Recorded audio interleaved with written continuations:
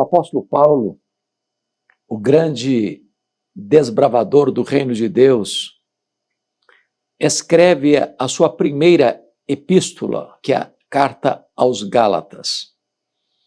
Ele está combatendo o judaísmo, está defendendo o seu apostolado e o verdadeiro evangelho. No capítulo 5, versos 19 a 21, ele trata das obras da carne.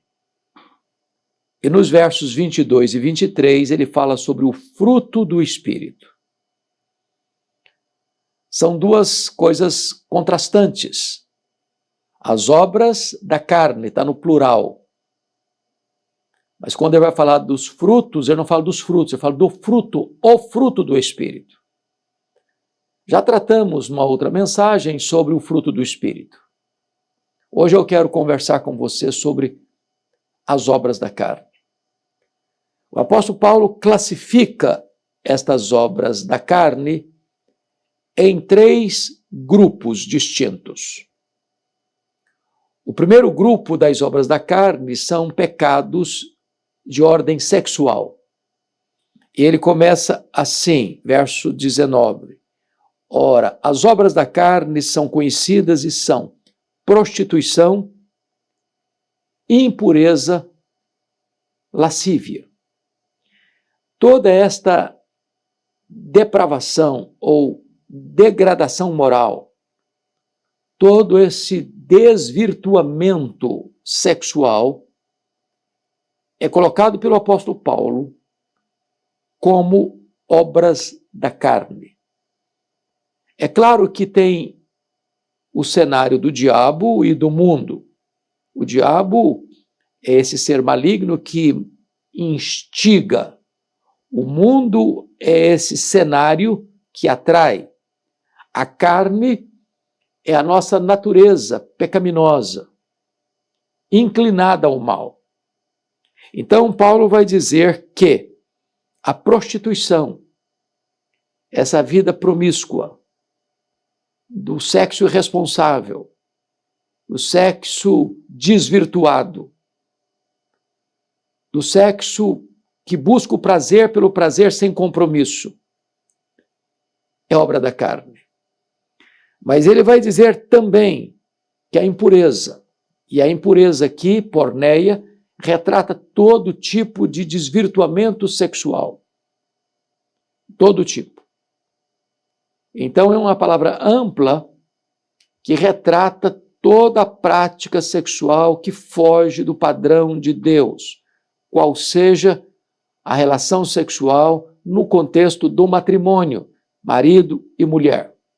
Toda a prática sexual fora desse padrão, estabelecido pelo próprio Deus, cai dentro desta vala comum chamado impureza, lascívia, a porneia. E aí ele vai para uma outra categoria, lascívia, que implica não só na prática em si, mas no desejo, alimentar a mente, nutrir os pensamentos, com toda sorte de poluição sexual. Nós vivemos, sobretudo depois do advento da internet, um incremento, um crescimento explosivo nessa questão da pornografia, quando hoje cerca de 70% dos homens, 60% das mulheres já acessaram ou ainda acessam produtos, conteúdos pornográficos. Hoje cerca de 30% dos homens são prisioneiros, estão nas garras deste vício tão devastador que é a pornografia. E Paulo está dizendo para nós que esses desvirtuamentos, que esses assodamentos, que essas práticas fora do padrão de Deus, nesse primeiro núcleo, no primeiro grupo das obras da carne, são os pecados sexuais.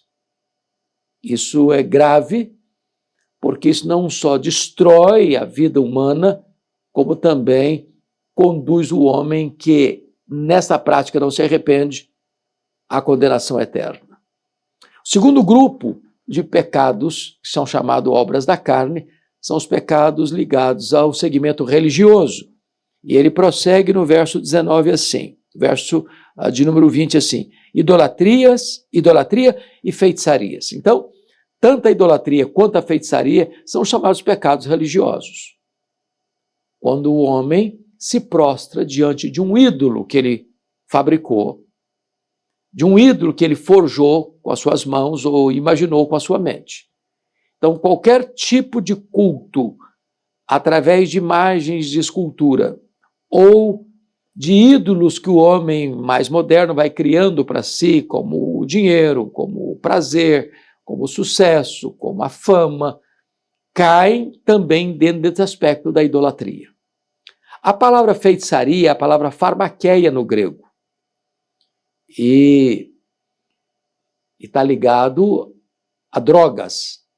Então, hoje tem muito daquilo que é adoração a demônios que são estimulados, que são acionados pelo gatilho das drogas. As pessoas ficam alucinadas, as pessoas perdem o seu equilíbrio mental. E se ela perde a sua capacidade de raciocínio, de lucidez, de racionalidade, ela tem a sua mente mais acessível ao ataque do inimigo. Ela está mais predisposta a adorar seres malignos.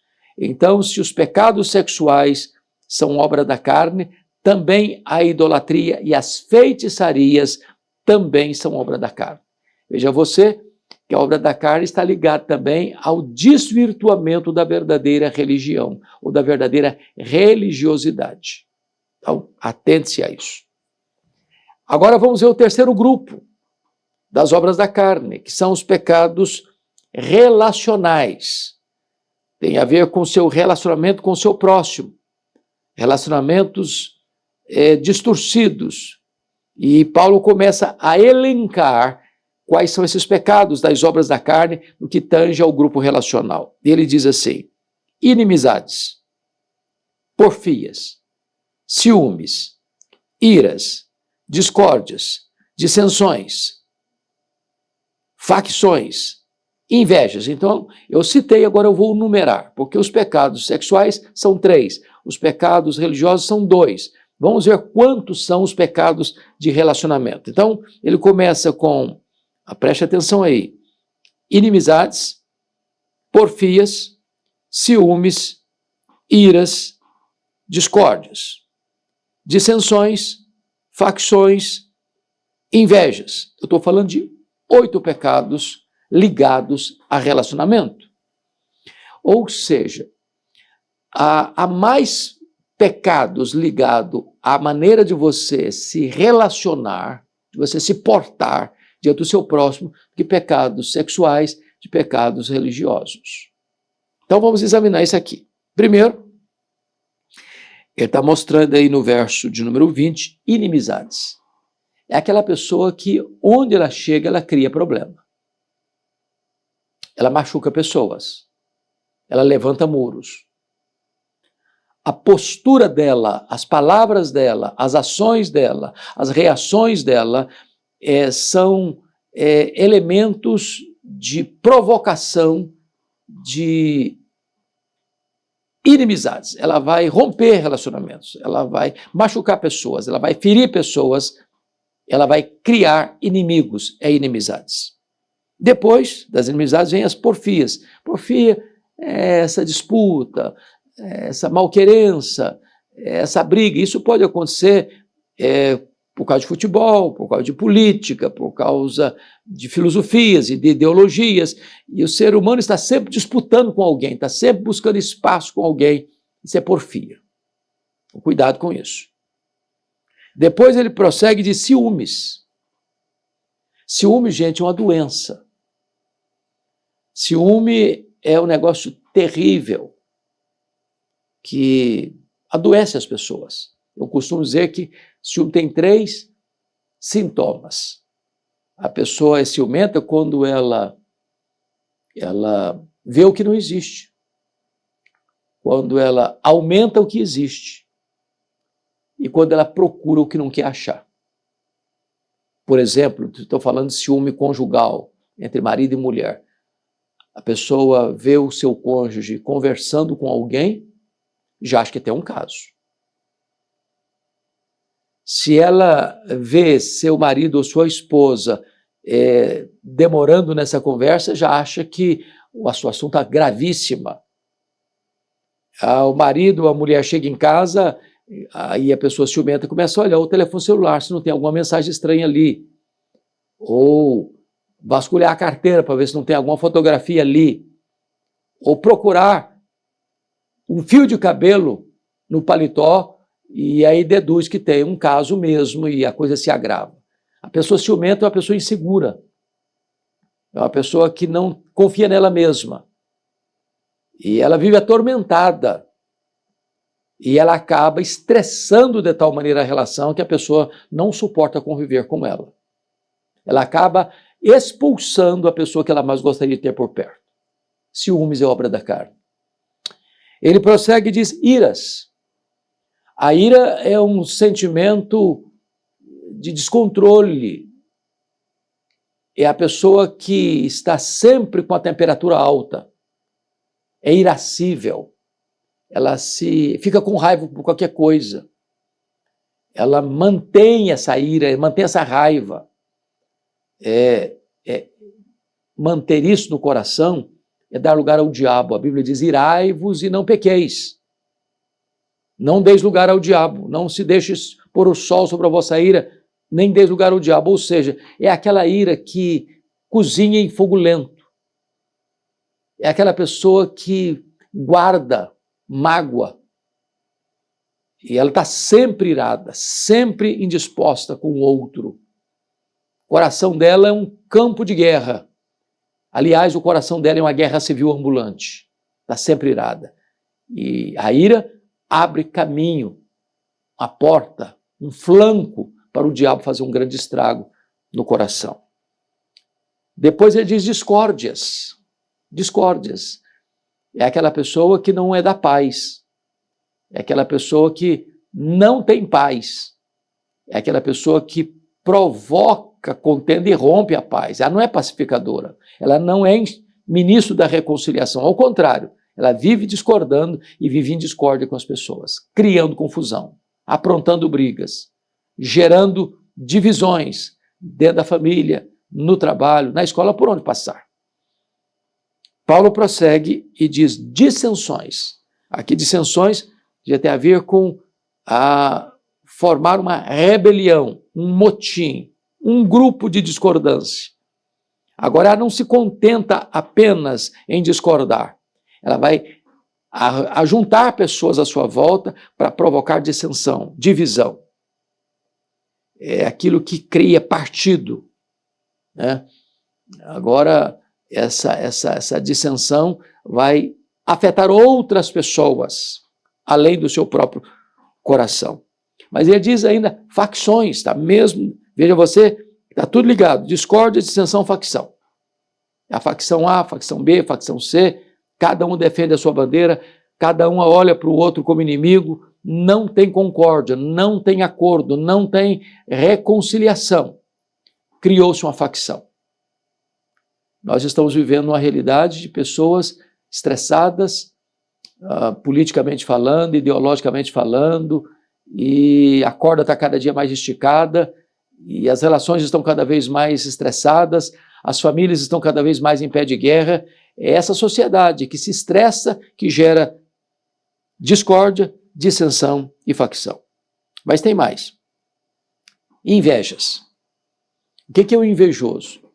O invejoso é aquele que não se contenta com o que tem e quer o que o outro tem.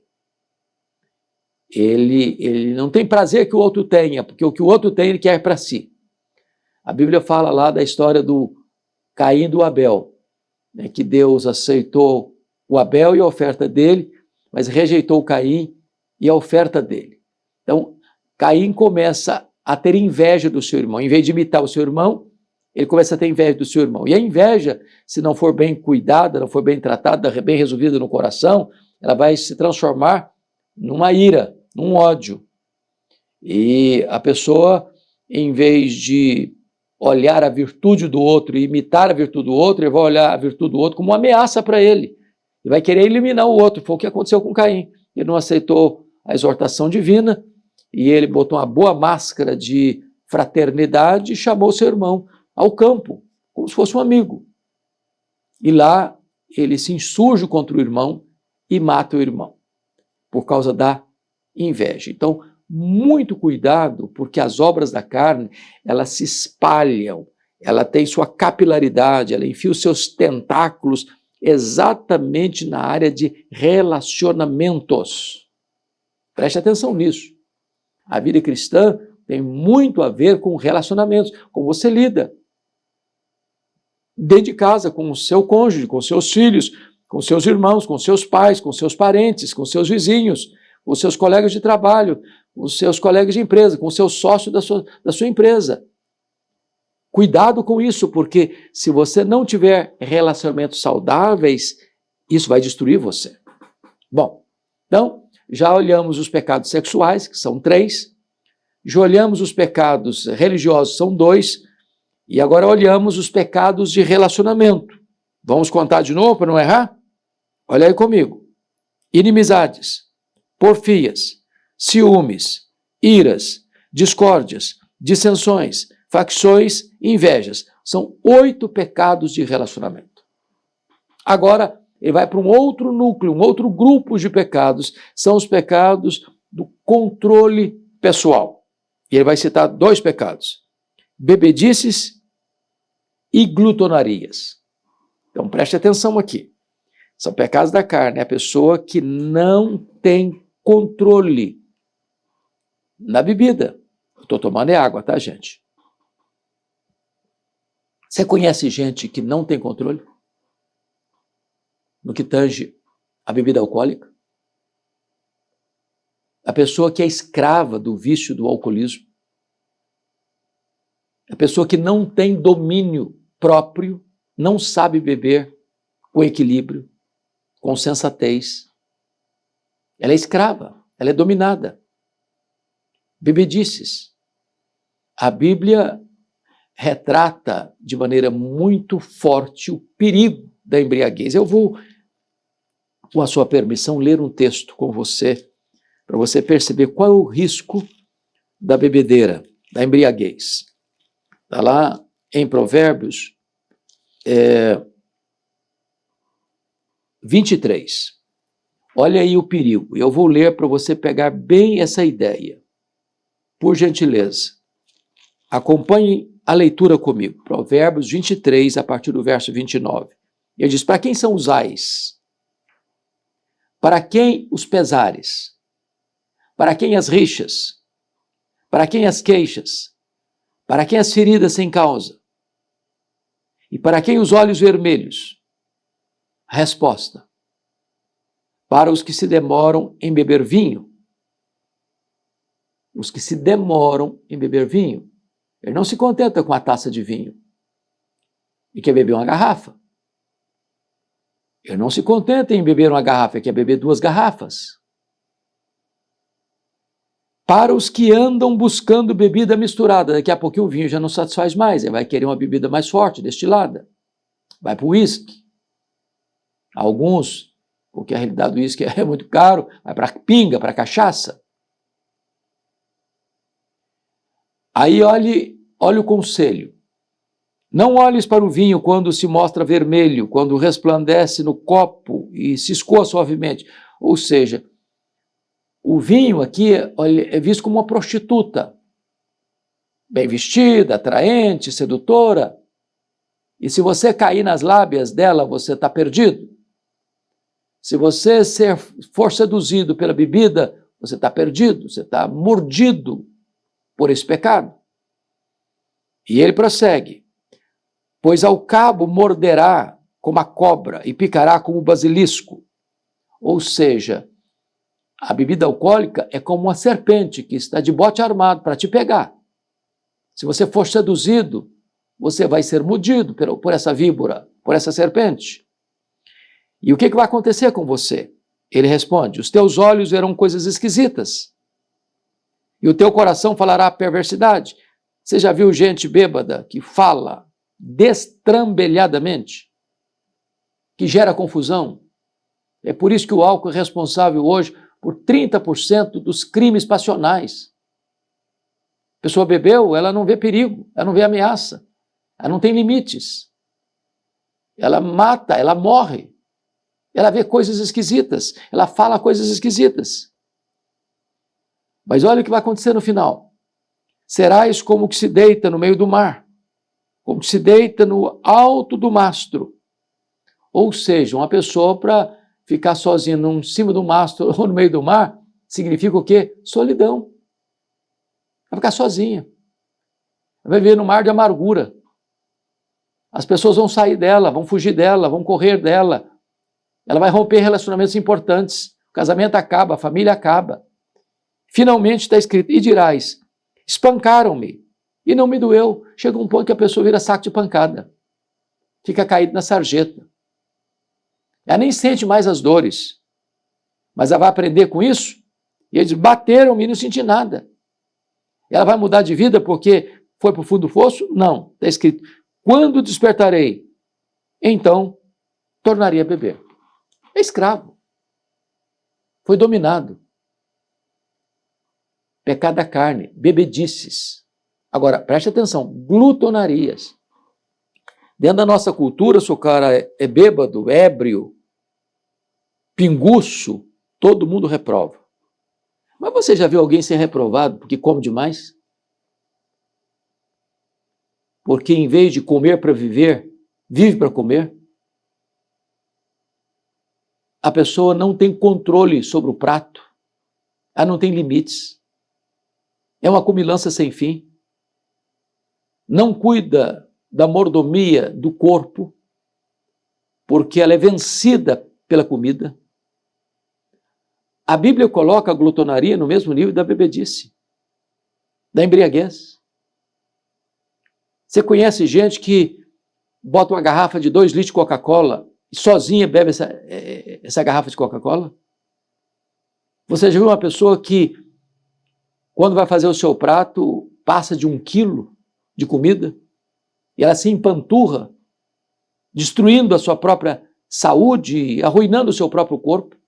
Então, Paulo está dizendo que isso é pecado, obras da carne. Não tem controle. Agora, eu só quero concluir essa breve meditação com você para dizer o seguinte, quais são as consequências dessas obras da carne? 3 pecados relacionados ao sexo, 2 pecados relacionados à religiosidade, 8 pecados relacionados à convivência relacional, 2 pecados ligados ao controle, ao domínio próprio, bebedice e glutonarias. Quais são as consequências disso?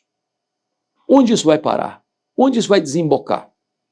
O apóstolo Paulo termina o relato assim. Invejas, bebedices, glutonarias e coisas semelhantes a estas, porque a lista é interminável. A respeito das quais eu vos declaro, como já outrora vos preveni, que não herdarão o reino de Deus os que tais coisas praticam. Ou seja, são pecados que condenam a pessoa à perdição eterna. Não herdarão o reino de Deus os que tais coisas praticam. Preste atenção na palavra praticam. Porque todos nós, num dado momento da vida, já incorremos na transgressão de um ou outro desses pecados aqui listados. A condenação está ligada ao que ele diz, aos que tais coisas praticam. O que é prática? O que é praticar? A Bíblia diz aqui que pratica o pecado é escravo do pecado. Você todo dia se alimenta, isso é prática. Todo dia você toma um banho, isso é prática. Todo dia você escova os seus dentes, isso é prática. Ou seja, aquilo que você faz habitualmente, costumeiramente, rotineiramente, repetidamente. Ora, se esses pecados são praticados constantemente, deliberadamente, diariamente, rotineiramente, então você está na prática do pecado. E aqueles que estão na prática do pecado não herdam o reino de Deus. Então fuja disso. Você tem forças para vencer você mesmo? Não. O homem é escravo do pecado. Mas o Espírito Santo de Deus pode mudar a sua mente, pode mudar seu coração, pode mudar a sua vida. Você pode ser gerado pelo Espírito Santo e ser nova criatura. E você vai ter novos gostos, novos desejos, nova vontade. E em vez de você praticar estas obras da carne, você vai produzir o fruto do Espírito. O que é o fruto do Espírito? É amor, é alegria, é paz, é longanimidade, é benignidade, é bondade, é fidelidade, é mansidão, é domínio próprio. O fruto do Espírito tem uma origem sobrenatural. O fruto do Espírito tem um crescimento natural. O fruto do Espírito tem uma maturidade gradual. Você não vai ser mais escravo do pecado. Você vai ser livre pela graça de Deus. Então eu espero ardentemente que esta breve meditação sobre o que são as obras da carne possa servir de alerta, de uma sirene, de uma placa, de um outdoor, a avisar você, a mim e a nós, acerca da malignidade do pecado. Porque o salário do pecado é a morte, mas o dom gratuito de Deus é a vida eterna. É isso que Deus tem para você, uma vida plena, feliz, abundante. E esta vida é uma vida de santidade e não uma vida rendida às obras da carne. Deus abençoe você. Se você gostou desse vídeo, então se inscreva no nosso canal, compartilhe com seus amigos e eu tenho certeza que mais gente vai ser abençoada através da sua cooperação com esse ministério de levar às pessoas a preciosa palavra de Deus. Um grande abraço. Fica com Deus.